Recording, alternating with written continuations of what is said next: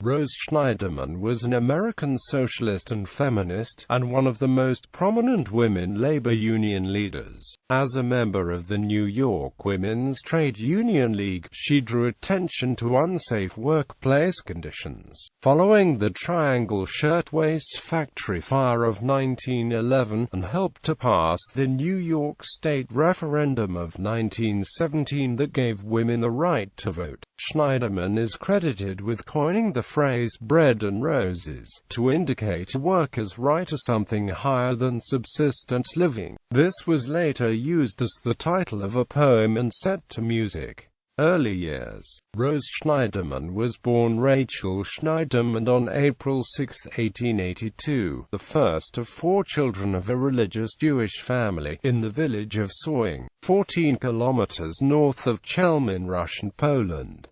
Her parents, Samuel and Deborah Schneiderman, worked in the sewing trades. Schneiderman first went to Hebrew school, normally reserved for boys, in Soing, and then to a Russian public school in Chelm. In 1890 the family migrated to New York City's Lower East Side.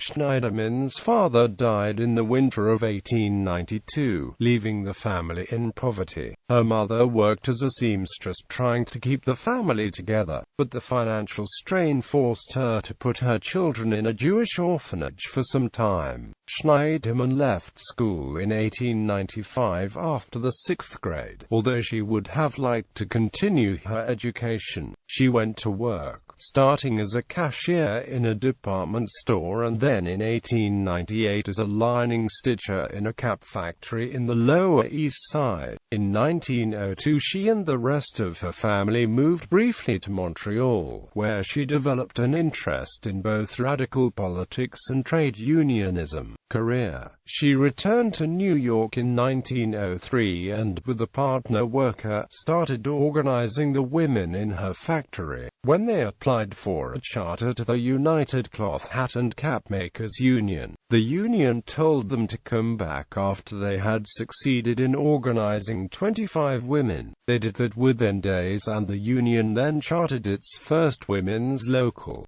Schneiderman obtained wider recognition during a citywide cap maker strike in 1905. Elected secretary of her local and a delegate to the New York City Central Labor Union, she came into contact with the New York Women's Trade Union League, an organization that lent moral and financial support to the organizing efforts of women workers. She quickly became one of the most prominent members and was elected the New York branch's vice president in 1908.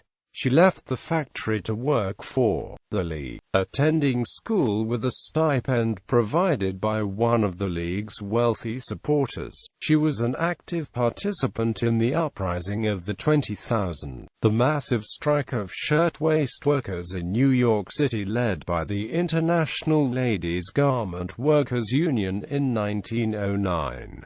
She also was a key member of the First International Congress of Working Women of 1919, which aimed to address women's working conditions at the first annual International Labor Organization Convention. Triangle Shirtwaist Factory fire. The Triangle Shirtwaist Factory fire in 1911, in which 146 garment workers were burned alive or died jumping from the 9th floor of a factory building, dramatized the conditions that Schneiderman, the WTUL and the union movement were fighting. The WTUL had documented similar unsafe conditions, factories without fire escapes that had locked the exit doors to keep workers from stealing materials, at dozens of sweatshops in New York City and surrounding communities. 25 workers had died in a similar sweatshop fire in Newark,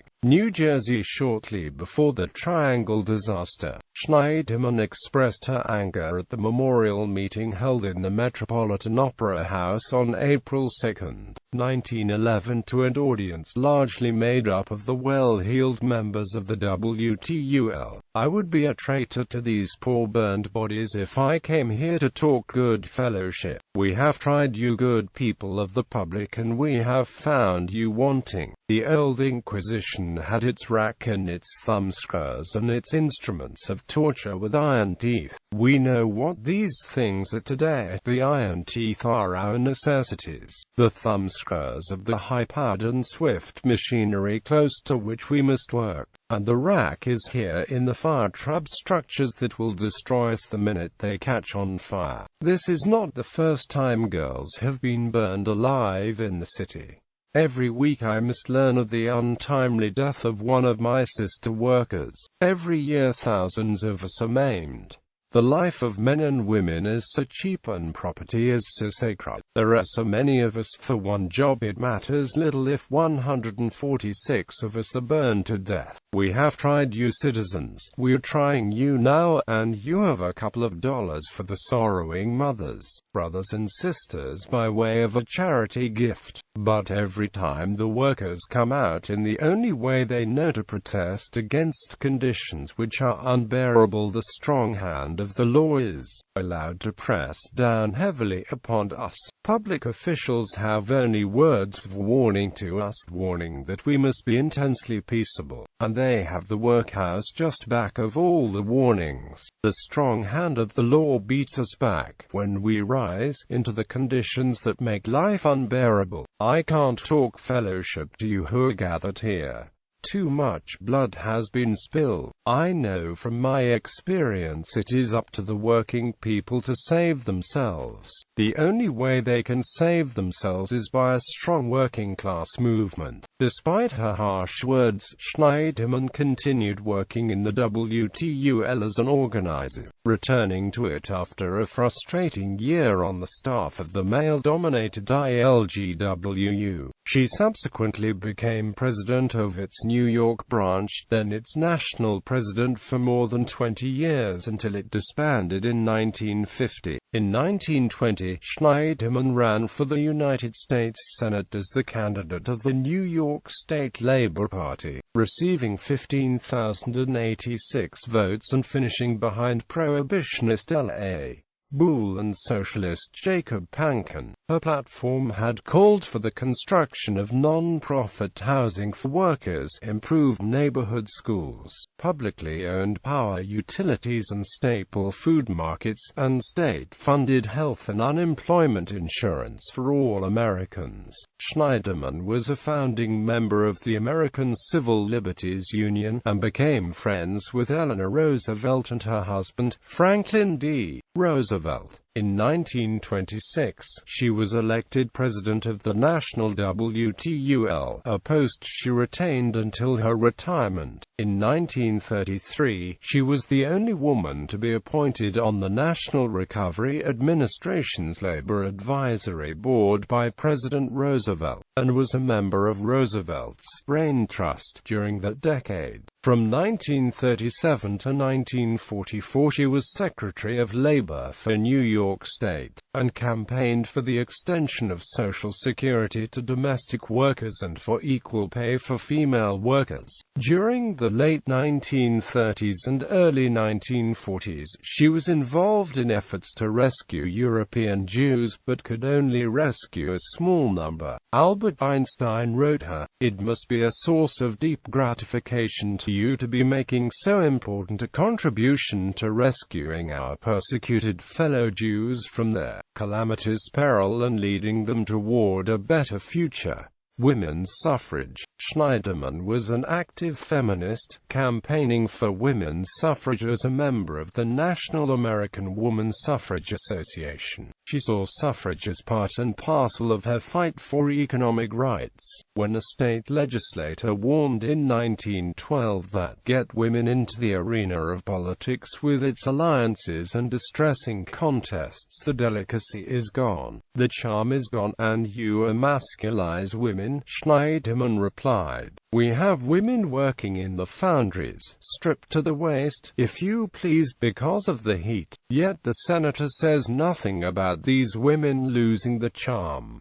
They have got to retain the charm and delicacy and work in foundries. Of course, you know the reason they are employed in foundries is that they are cheaper and work longer hours than men. Women in the laundries, for instance, stand for 13 or 14 hours in the terrible steam and heat with the hands in hot starch. Surely these women won't lose any more of the beauty and charm by putting a ballot in a ballot box once a year than they are likely to lose standing in foundries or laundries all year round. There is no harder contest than the contest for bread. Let me tell you that Schneiderman helped pass the New York State referendum in 1917 that gave women the right to vote. On the other hand, she opposed passage of the Equal Rights Amendment to the United States Constitution proposed by the National Woman's Party on the ground that it would deprive working women of the special statutory protections for which the WTUL had fought so hard. Legacy. Schneiderman is also credited with coining one of the most memorable phrases of the women's movement and the labor movement of her era. What the woman who labors wants is the right to live, not simply exist, the right to life as the rich woman has the right to life, and the sun and music and art. You have nothing that the humblest worker has not a right to have also. The worker must have bread, but she must have roses, too. Help, you women of privilege, give her the ballot to fight with. Quote, her phrase bread and roses became associated with the 1912 textile strike of largely immigrant, largely women workers in Lawrence, Massachusetts. It was later used as the title of a poem and was set to music by Mimi Farina and sung by various artists, among them Judy Collins and John Denver. In 1949, Schneiderman retired from public life, making occasional radio speeches and appearances for various labor unions, devoting her time to writing her memoirs, which she published under the title All for One. In 1967, Schneiderman never married, and treated her nieces and nephews as if they were her own children. She had a long-term relationship with Maud O'Farrell Swartz, another working-class woman active in the WTUL, until Swartz's death in 1937.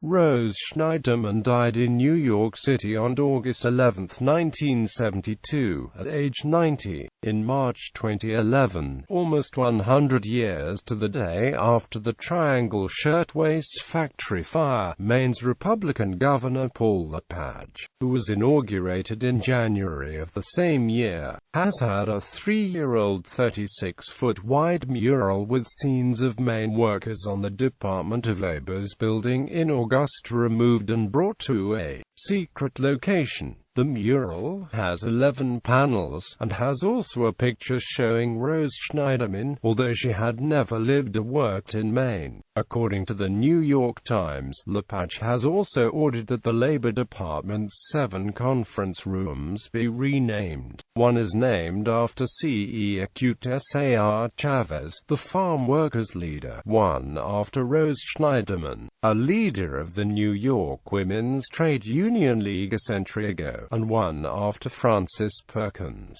who became the nation's first female labor secretary and is buried in Maine. On April 1, 2011, it was disclosed that a federal lawsuit had been filed in U.S. District Court seeking to confirm the mural's current location, ensure that the artwork is adequately preserved, and ultimately to restore it to the Department of Labor's lobby in Augusta. On March 23, 2012, U.S. District Judge John A. Woodcock ruled that the removal of the mural was a protected form of government speech and that LePage removing it would be no different from his refusing to read aloud a history of labor in Maine. A month later, supporters of the mural filed a notice of appeal in the First Circuit Court of Appeals in Boston. The court rejected the appeal on November 28, 2012. On January 13, 2013, it was announced that the mural had been placed in the main State Museum's atrium per an agreement between the museum and the Department of Labor, and that it would be available for public viewing the next day.